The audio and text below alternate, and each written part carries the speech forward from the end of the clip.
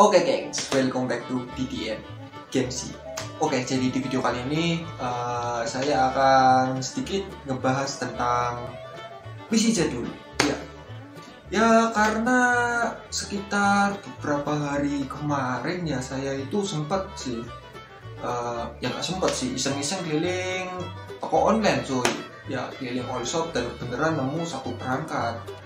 Dan ya toko itu ngejual ya paketan PC jadul cuy, dan itu cuma tinggal satu lagi ya kan.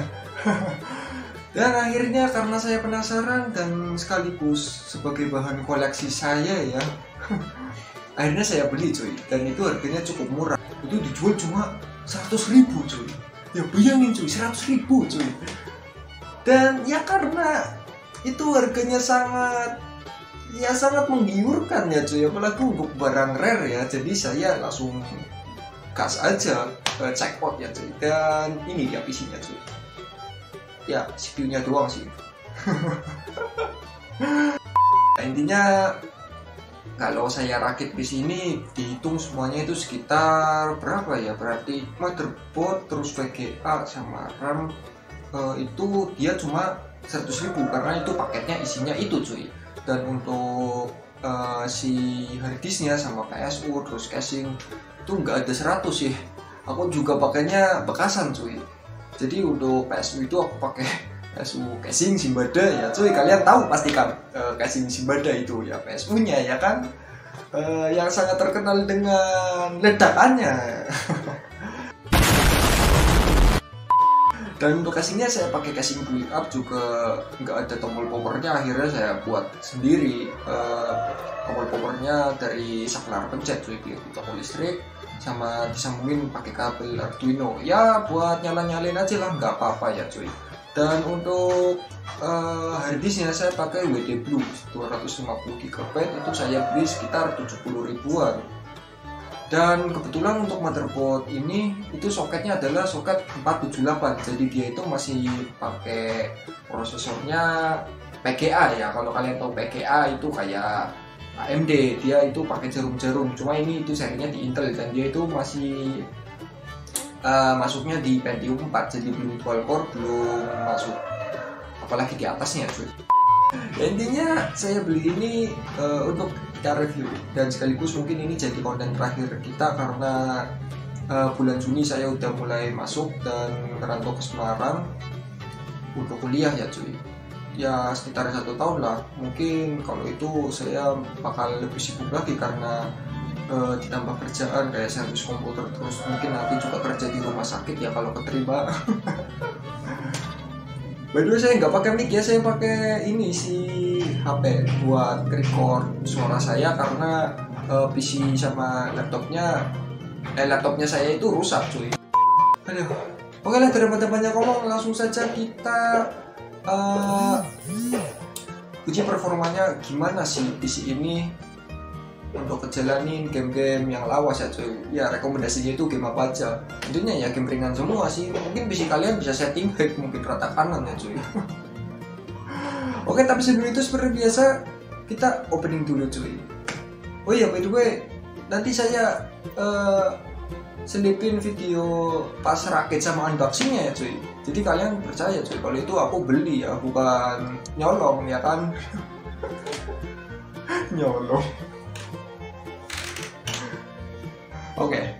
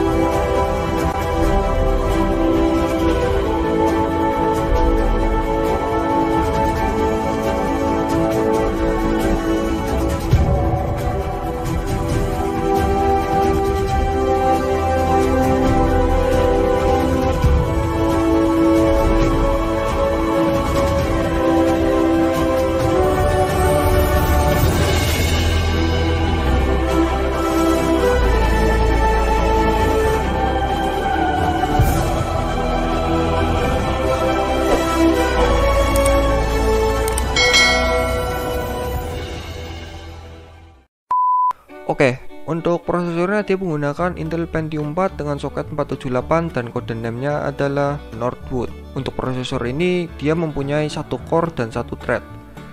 Dan untuk clock speed-nya dia cuma punya 2,8 GHz. Ya, cukup kecil untuk prosesor zaman sekarang ya cuy. Ya, enggak juga sih.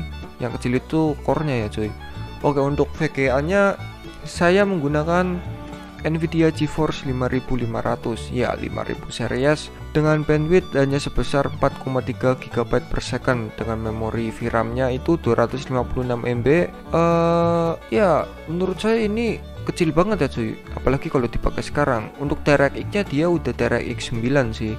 Jadi ya lumayan lah buat main game-game yang rada beratan walaupun itu gamenya jadul ya cuy.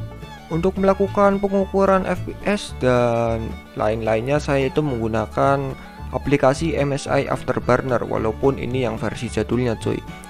Dan entah kenapa ada beberapa error kayak karena termometer suhu si PC saya itu sensornya rusak cuy.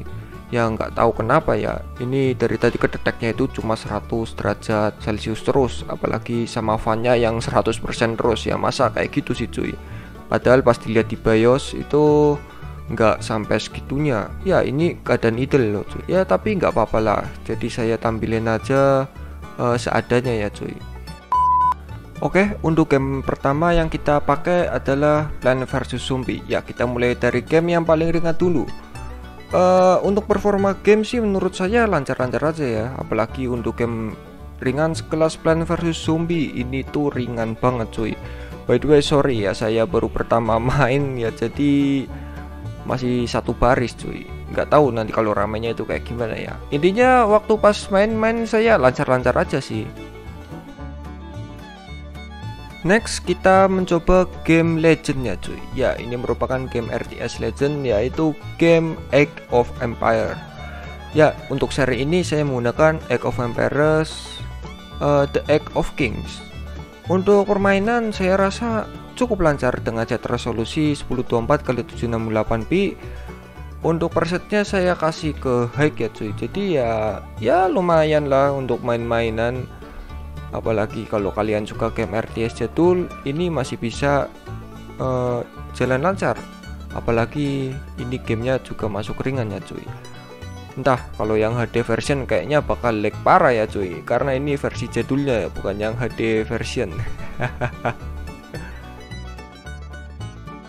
Next game yang untuk tes selanjutnya adalah Diablo 2. Untuk settingan high resolusi 800x600, game ini masih sangat berjalan dengan lancar, apalagi kalian suka mainan online ya cuy. Karena untuk mainan online game ini kalian bisa lewat Battle.net. Ya pernah saya buatin tutorialnya di video berapa bulan yang lalu cuy.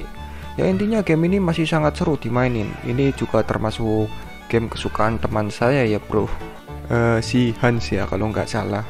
Iya Hans suka main ini. Ya moga jadi nonton lah cuy. Selanjutnya untuk tes kita melakukan pada game RTS lagi, yaitu game Stronghold Crusader. Ya kalian pasti tahu game ini, apalagi yang pecinta RTS lawas. Untuk settingan saya mentokin ke 1024x768p. Ya emang segitu mentoknya ya cuy. Kayak Diablo tadi yang cuma sampai 800x600. Game ini sangat lancar untuk dimainin. Kalau kalian suka main game via LAN ya, kalian bisa pakai game ini untuk bermain dengan teman-teman kalian. Ya sekalian nostalgia ya, walaupun saya nggak terlalu suka yang namanya nostalgia cuy. Intinya game ini masih lancar-lancar aja untuk dimainin kalau kalian gabut. Selanjutnya kita punya game Age of Mythology. Ya ini juga game RTS yang seri The Titan ya cuy. Jadi untuk game ini presetnya saya kasih ke high dengan settingan resolusi 1024x768p. Game ini masih sangat lancar untuk dimainin. Ya lumayan lah untuk game ini, masuknya itu RTS yang rada berat dulu cuy.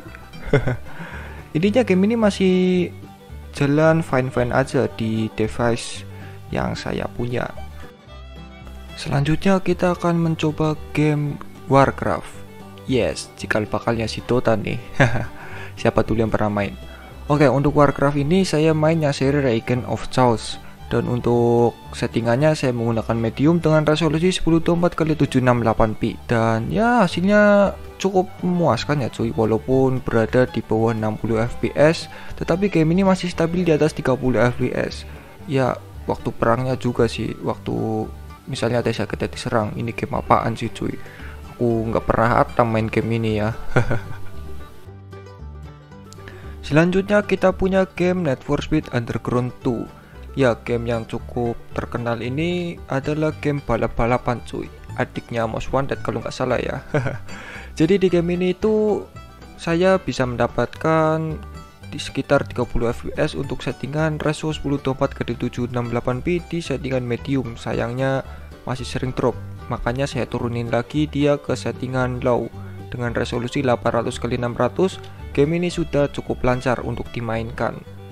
Ya siapa tahu kalian suka mainan game balap-balapan, ya kan?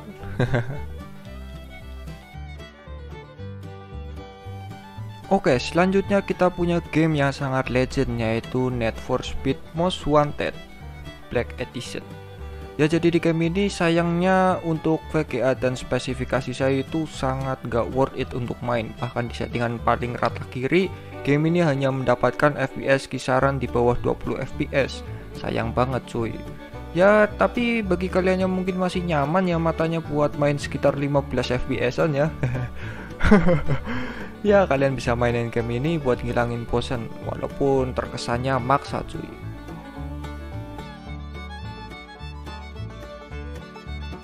Oke, selanjutnya kita punya game Flatout. Untuk melakukan tes pada VGA dan spek ini, sayangnya pada menu saya rasa kurang ya, FPS-nya berada di bawah 30 fps. Tapi pas main itu cukup lancar, dia itu berada di atas 30 fps-an dan itu anteng cuy, di kisaran 37 sampai 35 fps. Ya ini memang sih settingannya itu medium dengan resolusi 1024x768p. Tapi menurut saya ini cukup worth it sih untuk dimainkan. Ya tapi nggak juga buat yang biasanya matanya itu 60 fps kan.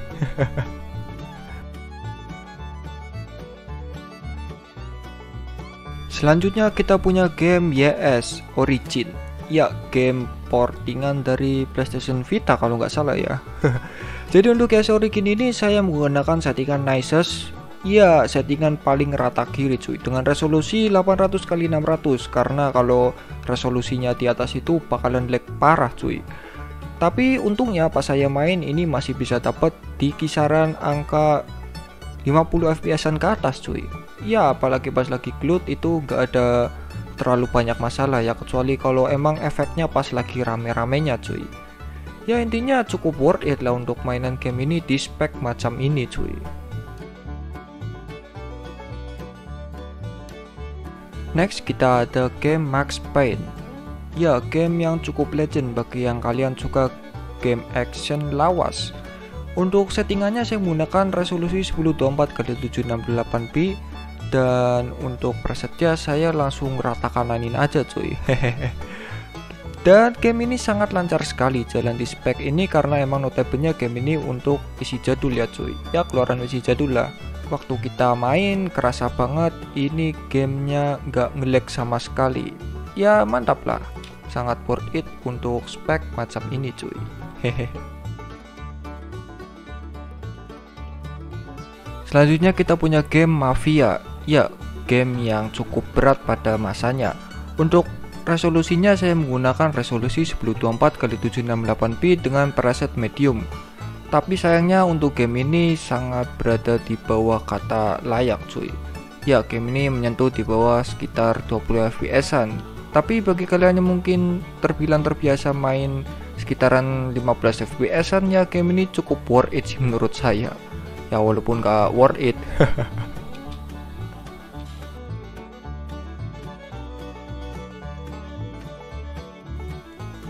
Next kita coba Grand Theft Auto Vice City. Ya game yang sangat wajib, yaitu game Grand Theft Auto. Untuk throw distance saya mentokin ke kanan, dan untuk resolusinya saya masukin ke 1024x768p. Hasilnya game ini masih sangat lancar dan stabil di 30 fps dengan minimal fps yaitu 26 fps dan Max-nya itu sekitar 30-an. Ya masih worth lah untuk dimainin.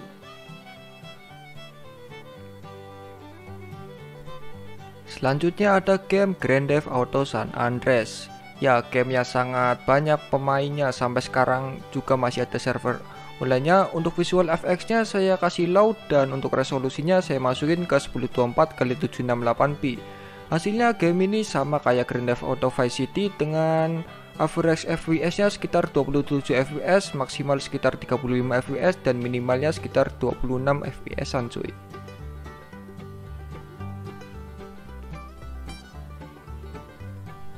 Selanjutnya untuk game FPS yaitu Call of Duty. Ya, Call of Duty 1 dengan settingan normal di resolusi 1024x768p. Game ini masih cukup stabil di average sekitar 27 fps dengan maksimal fps sekitar 60 dan minimal fps sekitar 21. Intinya ya masih playable lah untuk dimainin kalau kalian suka game FPS yang ya nggak ngebosenin storynya. Selanjutnya kita akan mencoba di game Call of Duty 2 dengan settingan low. Sayangnya game ini nggak cukup worth it untuk dimainin karena sangat sering frame drop, apalagi kalau banyak kabut itu bisa mentok ke 12 fps cuy. Untuk maksimal fps-nya ada di sekitar 60 dan average-nya ada sekitar 28 fps-an. Ya, tapi kalau kalian mau mainan game ini masih bisa sih, walaupun sering jeglong fps-nya.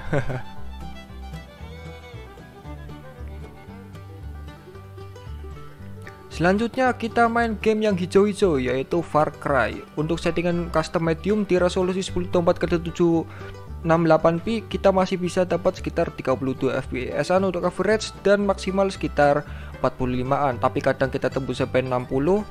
Dan untuk minimal fps-nya itu sekitar 18 kalau kita lagi berenang ya di dekat banyak air cuy. Ya mungkin efeknya. Selanjutnya kita coba Elder Scrolls 3 Morrowind. Untuk settingan medium custom 1024x768p, game ini masih ya bisa dimainin di average sekitar 31 fps dan maksimal ada di angka 63-an.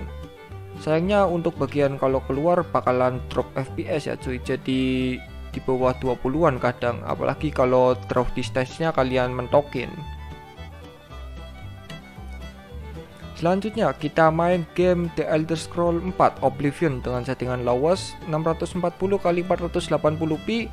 Game ini menurut saya masih playable di dalam interior, walaupun kalau pas keluar mungkin bakal drop fps-nya. Dan ya jangan tanya, game ini burik banget jadinya karena ini settingan lowest. Apalagi pas lagi battle kita bakal ngalamin drop parah cuy. Ya mungkin karena banyak ramenya ya cuy, efek-efek gitu.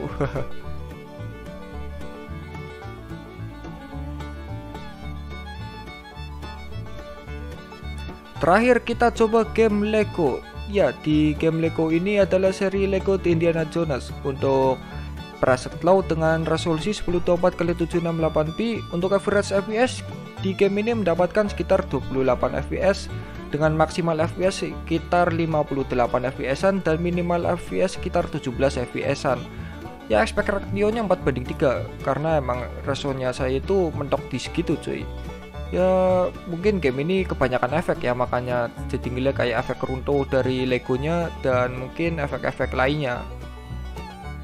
Ya intinya game ini masih worth it lah untuk dimainin kalau kalian pengen mabar sama temen atau sama saudara, mungkin sama ya siapa aja yang mungkin kalian pengen main bareng ya cuy.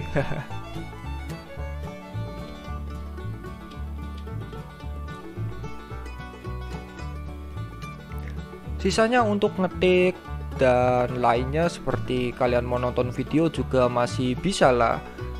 Kalau browsing saya kurang yakin karena ya Firefox-nya udah nggak update ya cuy. Oke, jadi kalau kalian tanya apakah PC ini masih worth it atau tidak, jawaban saya tergantung ya. Seperti biasa tergantung. Kalau kalian mau cuma office itu masih worth it banget. Cuma kalau kalian buat browsing terus kalian buat main game, apalagi buat game yang sekarang itu kurang worth it. Cuma kalau yang nggak kurang worth it sih, nggak worth it ya cuy. Kecuali kalau kalian pakai Linux ya. Kalau kalian pakai Linux kayak Opi Linux atau kalian pakai Tiny Core itu mungkin masih bisa lah dipakai buat 3 tahun ke depan. Ya nggak juga sih. kalau kalian official doang sama buat nonton video, terus buat browsing, nonton YouTube, Facebookan, sosial media kayak gitu ya cuy, itu masih bisa kalau kalian pakai Linux ya cuy, malah cukup lah. Tapi kalau kalian pakai Windows, jangan tanya cuy.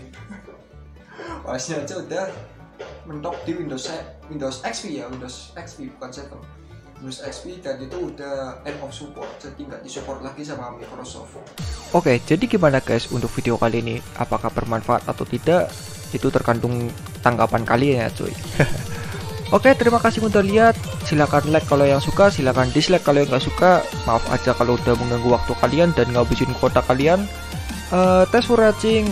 Mungkin suatu saat saya bakal bikin video lagi kalau sempet sih. Ya mungkin segini dulu dari saya. Kurang lebihnya saya minta maaf. Thanks for watching. See you next video and bye bye.